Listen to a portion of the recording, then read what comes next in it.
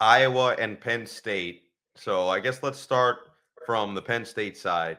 You mentioned Drew Allar got his first real test last week against Illinois, and it looked like there were moments where, Illinois' pressure got to him or he couldn't quite find an open receiver. Keandre Lambert Smith has still had some big plays through the first couple of weeks here, but having those two running backs always is going to help. Having that offensive line led by Olu Fashanu at left tackle is always going to help. But you're facing a Phil Parker defense. And I know we've talked about just how good of a defensive coordinator Phil Parker is. He could be the best DC in the country year in and year out. His defenses overachieve.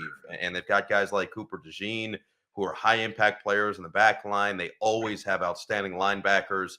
It's a whiteout game, so Penn State's going to be juiced up. But for Drew Allar, what does he need to do to just ensure that he doesn't lose them the football game? Because it feels like with a young quarterback, that's what it comes down to. Well, he's kind of like we said in week one, play within yourself, play within the system, take what the defense gives you. Know you've got the running game that hopefully you can have balance.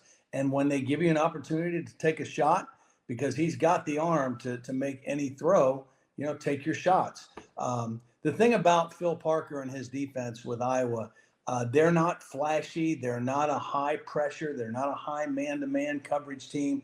But they make you earn everything. They're typically really good tacklers. They're fundamentally sound. They don't beat themselves. They don't give up easy chunk plays. They make you methodically work the ball down the field. And then they get really stingy when you get near their goal line or in the red zone. So you have to earn it against them.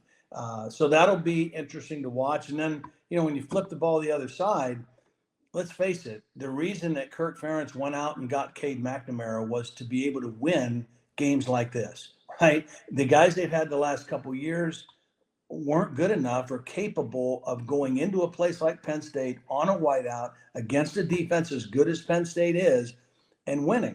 Cade McNamara, he can, and so, if they can continue to grow offensively and he can play well on the road, he gives Iowa a chance to go in there and pull the upset. But it will not be easy because Penn State's defense is playing at a very, very high level right now. They can really rush the passer. I think they're excellent in the back end. I think their two corners are playing as well as anybody in college football right now, Dixon and Kalen King. So it won't be easy going against either one of these defenses. So people, it'll be a fun game to watch. The atmosphere will be great. I don't expect there to be a whole lot of scoring, though.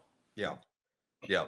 And aside from Dixon and Kalen King, then you've got to worry about Kobe King. Then you got to worry about Yeah, Abdul Carter. Then you got to right. worry about Chop Robinson. And the star power of that defense is obscene, quite honestly. The good news for Iowa, the good news, bad news. The bad news is that Luke Lachey, their stud tight end, is likely out for the season Yeah, after sustaining a serious injury in the game this past weekend.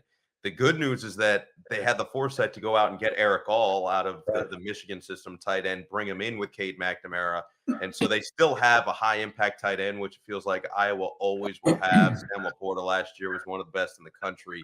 But to lose Luke Lachey is a big blow to an Yeah, offense that already is just struggling to find those points and has gotten better this year with Cade. They still have a great running game, but they don't have the traditional weapons on the outside. They're going to provide those explosive plays. So to not have their top tight end, they are thanking the heavens right now that they went out and got yeah, this from Michigan. yeah. And he's a good player. I mean, but Yes. this is an offense that typically utilizes multiple tight ends in their run game and their pass game. So they'll definitely miss Lachey and his skill set and what it allowed them to do with multiple tight end sets. But yeah, Eric All is a really good player, and it's fortunate that they have him.